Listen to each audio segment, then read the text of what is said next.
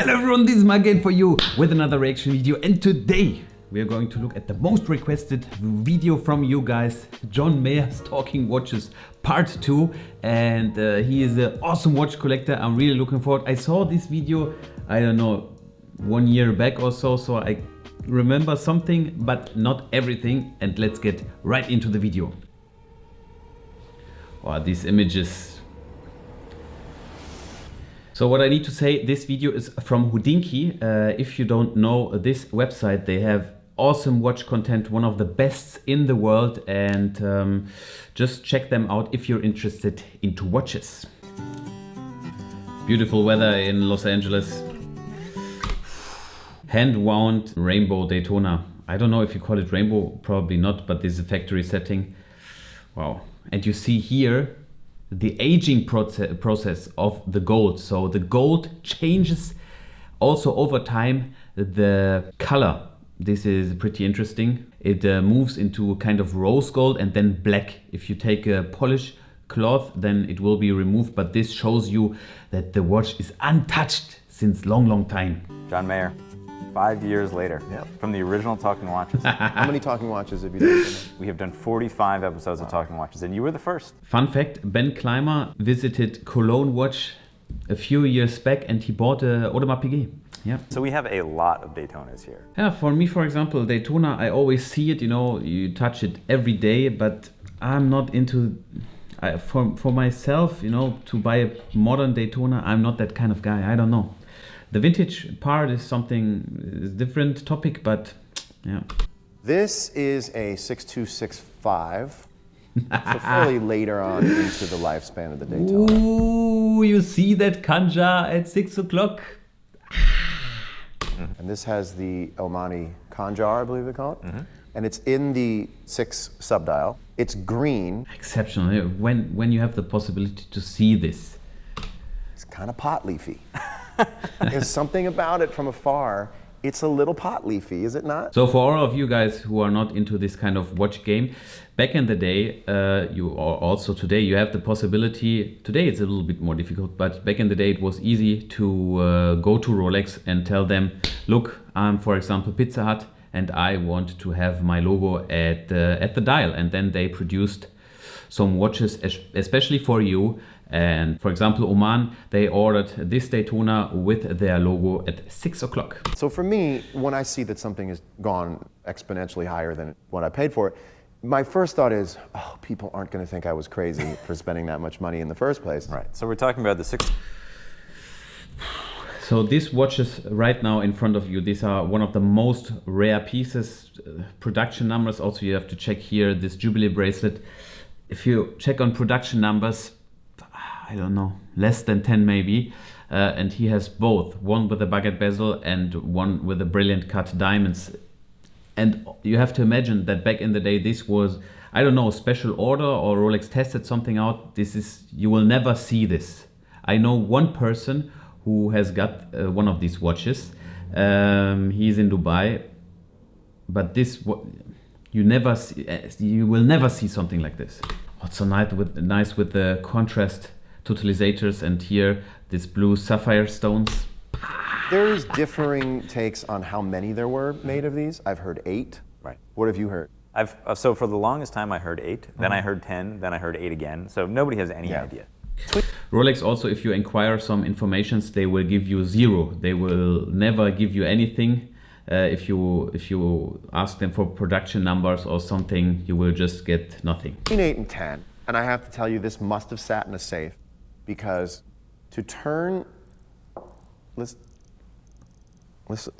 when a watch movement turns this crunchy,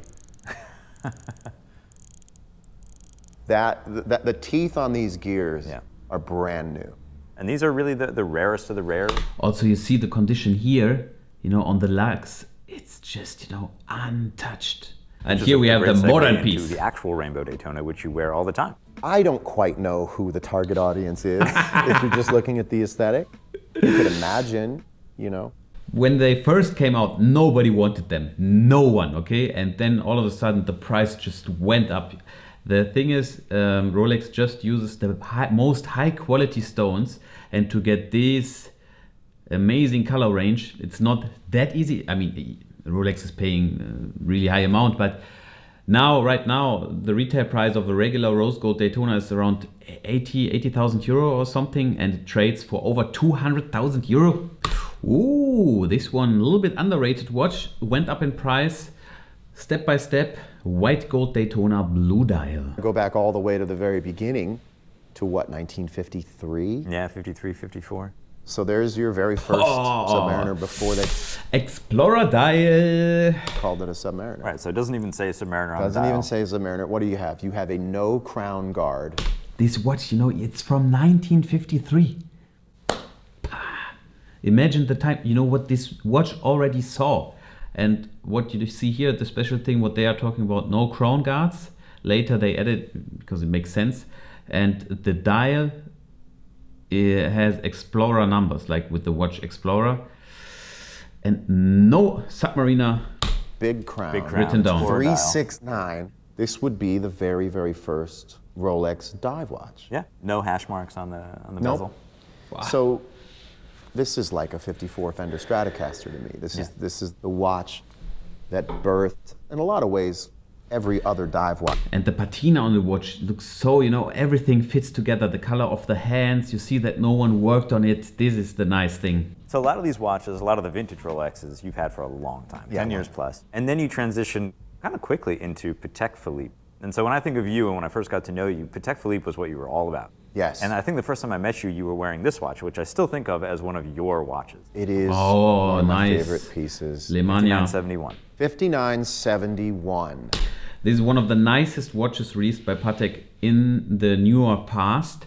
They used not their own in-house movement.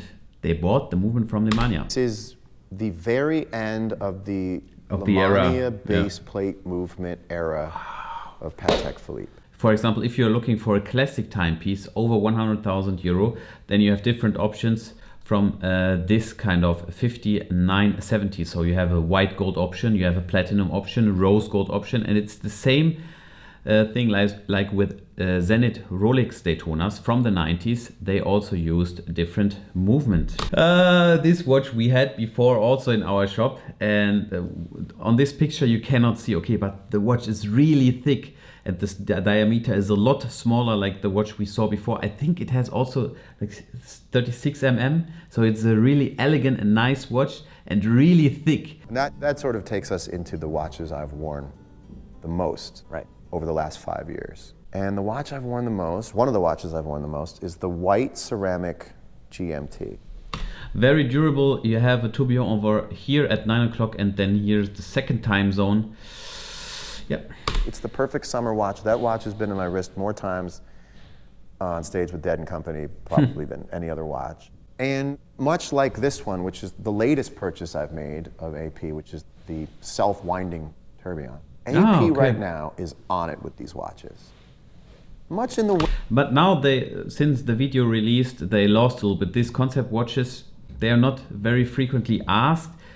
The people who are buying this kind of watch now taking Richard Mille watches, to be honest. The way that Richard Mille is, but with like 100 years behind it. And for whatever reason, we buy watches. Very nice watch, yeah. To kind of get kicked in the crotch in a certain way. You know what I mean? Yeah. You go, oof. You buy something, you go, oof. But you're kind of buying the thrill of going, oof. Look at this. How am I going to explain this?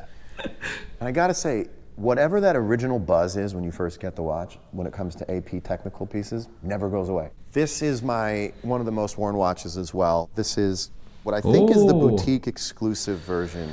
Gold dial, you cannot, no, this is a limited edition, yeah. Of the extra thin tourbillon in gold with 41 a mm gold dial. Remember, I love a tourbillon because it is a bunch of technology to be a wall clock. Right. It does nothing more than tell you the hours and the minutes, but the process to that is so Rube Goldberg device. It really is. I love it. Patek Philippe Aquanaut.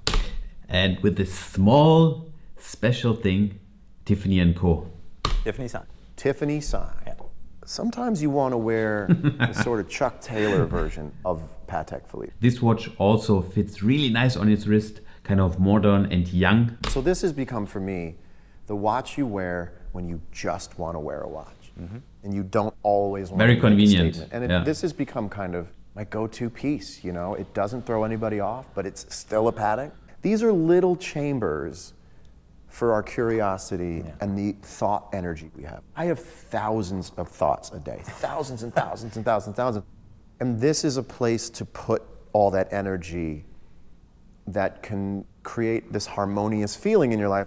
For me, you get to pick which watch to put on. Doesn't have to be an AP concept, but if you've got your dress one and your sport one and the one that made your stomach hurt when you bought it, no matter what bracket it was in, you've got a collection, you know?